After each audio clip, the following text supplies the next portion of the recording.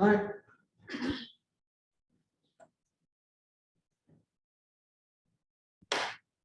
I'm just going to repeat a portion of the reading that we just done from the 21st chapter of Matthew. The crowds that went ahead of him and that followed were shouting, "Hosanna to the Son of David. Blessed is the one who comes in the name of the Lord. Hosanna in the highest heaven." When he entered Jerusalem, the whole city was in turmoil, asking, "Who is this?" The crowds were saying, "This is the prophet Jesus from Nazareth in Galilee."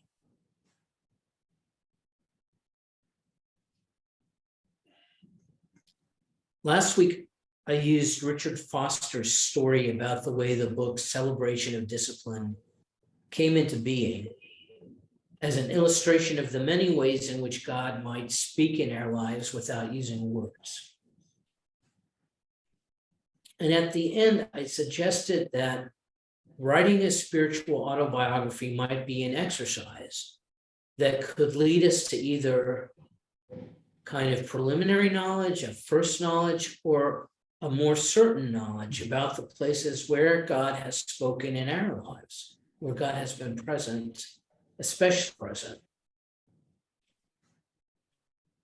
A way of answering that question, who is this? Which is in some ways the question of a spiritual autobiography. But a spiritual autobiography might be a good place to start as we begin to explore what disciplines might best help us open ourselves to God's work in our lives. So how would we write a spiritual autobiography or tell the story of God's presence in our lives? I think maybe the place to begin would be to use the same questions that we use when we do the examen, the daily examen, only to use these questions in looking back over a lifetime, not only a single day. For what am I grateful? Where have I felt most loved or most able to give love? For what am I least grateful? In what places or events have I felt least loved or least able to give and receive love? To start with those questions and then to add people and places and events that stand out in one way or another. And so I've been reading this week in places where people give kind of spiritual accounts of their lives. I have some examples of what this might look like. The one is from a book by the theologian Elizabeth Barnes called The Story of Discipleship. And this is actually just a short story that she wrote about her mother. And she makes clear throughout this book that her mother was one of her first examples of faith, and one of the places where she learned about God and learned what it might mean to be faithful. And she writes,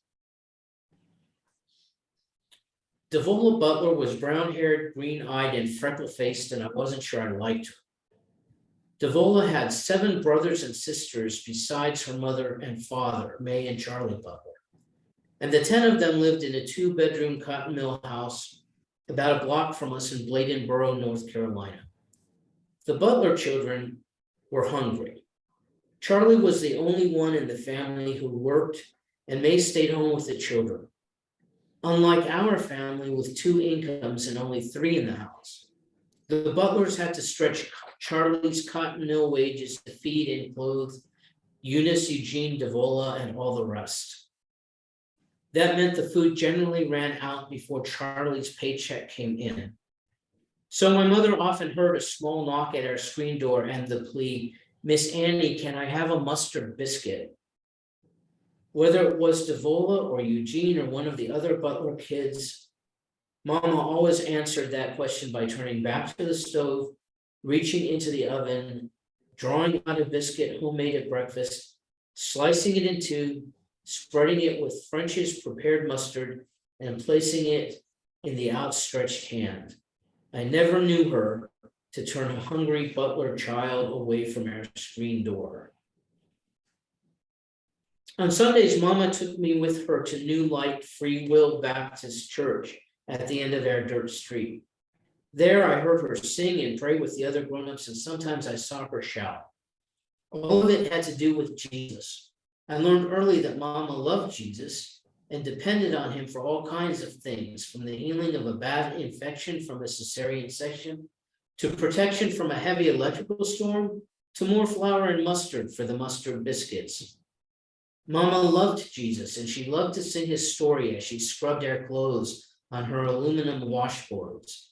Mama loved Jesus, and she loved to hear the Reverend Mr. Kelly Coleman and the Reverend Mrs. Zelly Thompson preach the story at New Light Free Will Baptist.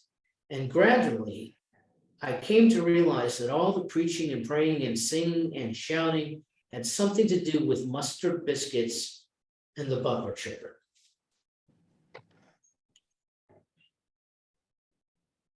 So one thing, as you look back asking that question, where has God been present?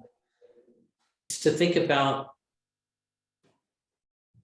the people who may actually have shown God to you in their own lives.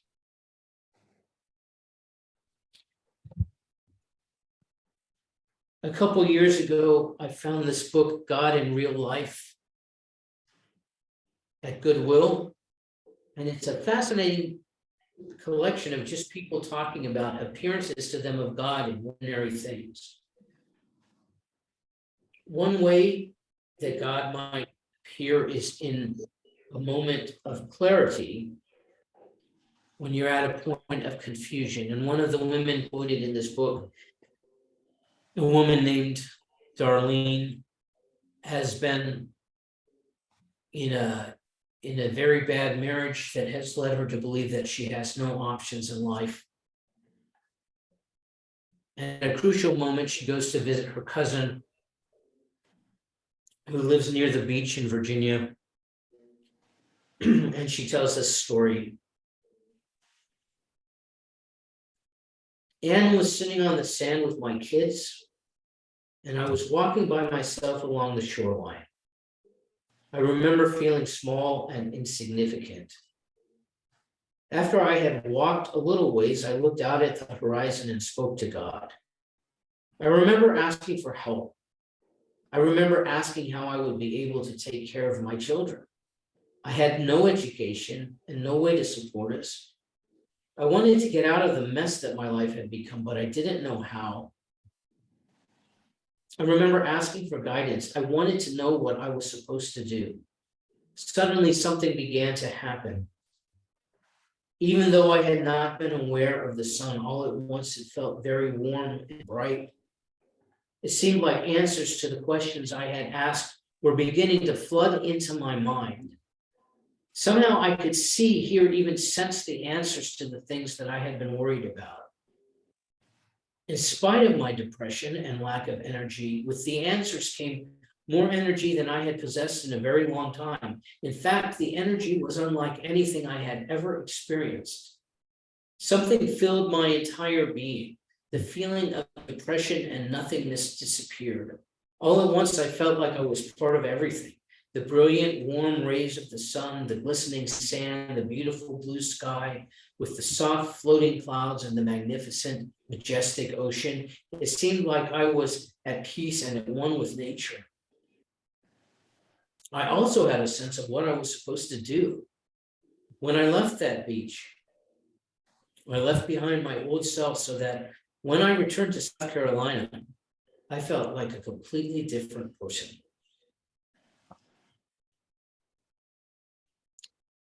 I think in that particular story, two things happen. One is the sense of clarity, which gradually expands into what is a kind of classic mystical experience of a sense of oneness with the universe. I think the two things co-inhere in that particular story. But I know many people, I think myself included, who have gone into a time of not knowing what to do, and God shines through in that moment when clarity emerges, and suddenly there is an answer where there was no answer.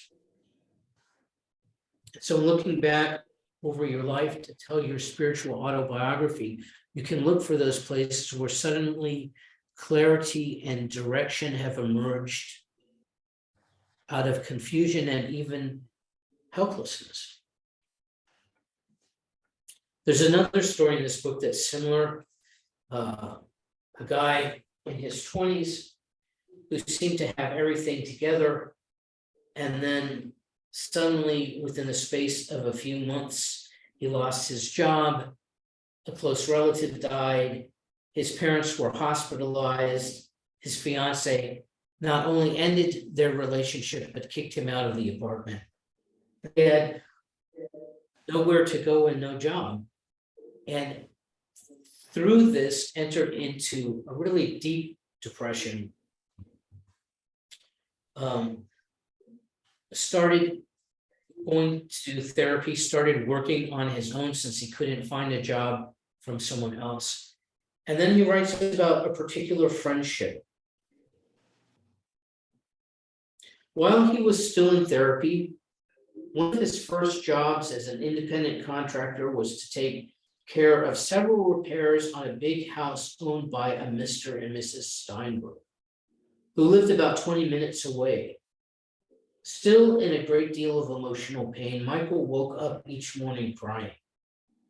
However, every morning when he arrived for work, Mrs. Steinberg made him coffee and biscuits and would not let him work until they had chatted. Her husband was at work and her children had grown, and she wanted to talk to someone.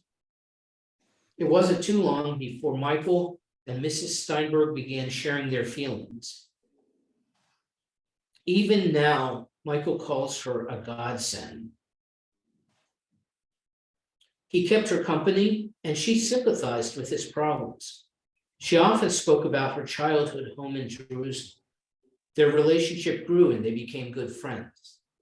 She helped him process his feelings, and he prevented her from feeling lonely. When he finished one job in the house, she would think of another one.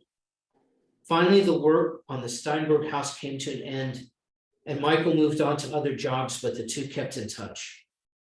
As the months passed, Mrs. Steinberg gave him a few more things to do on her house, and they often communicated by phone. I think we saw also in Richard Foster's story how important the presence of certain other people can be in our lives in being the presence of God to us.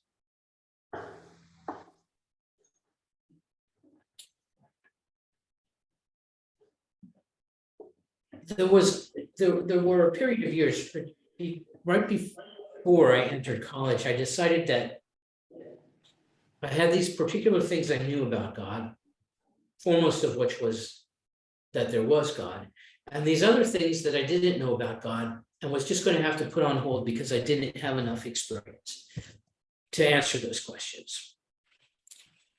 And so I just set them aside. And so in my college years, I was kind of in limbo, spirituality wise, both in some ways aware of the active presence of God, and yet not someone really with a spiritual life. And during that time, my history advisor was a guy named Timothy Smith. And because of the college I went to, I did a number of independent study courses with him. So rather than being in a classroom with him, I would come to his office once every 2 weeks or so, and we would have a long conversation about what I was doing. And then I would go away and come back again 2 weeks later. And I still have a vivid image in my mind of what it was like to knock on his door. And he'd say, "Come in," and I'd open the door, and he'd throw out his arms like this with huge grin on his face and say, "Brother." And at a time when I was not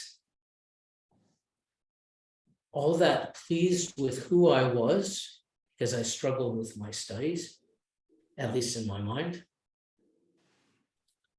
He was, to me, the face of God's love and acceptance for me, no matter who I was becoming.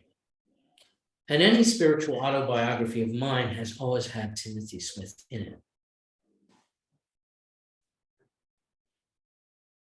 In terms of this spiritual autobiography, remembering again that the purpose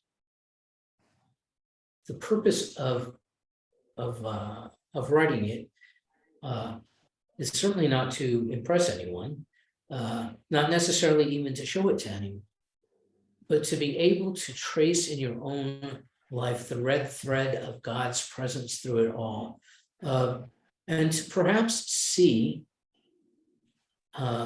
both those places where you have let yourself be more or less led by God, those places where you are less led by God, but also to get an inkling for how it is that God speaks to you. Most spiritual teachers say that God speaks to us, that God changes the way that God speaks to us over time. And because God may have spoken to us very clearly at some places through prayer, doesn't mean that that will always be the place where God speaks to us. I had a very good friend once who, in retrospect, was extremely manic depressive. And in one of her really kind of out of her head phases, the only thing that brought her any comfort was riding her bike. Eventually, she became a bike racer and a bike messenger, because this was the place where she could actually be calm. It was the only place she could actually be calm, was on her bicycle. And I believe that God spoke to her through her bicycle. You may discover similar things.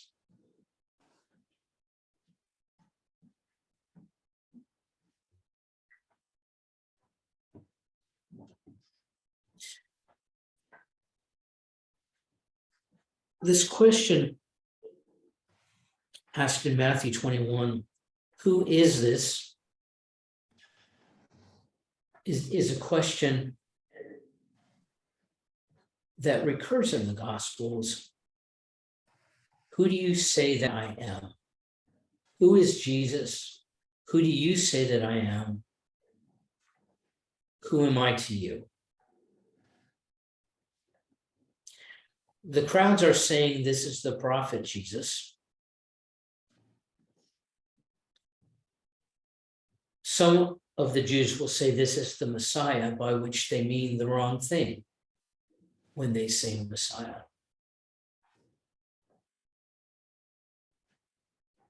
But in our quest to know how God speaks to us, we are also answering that question,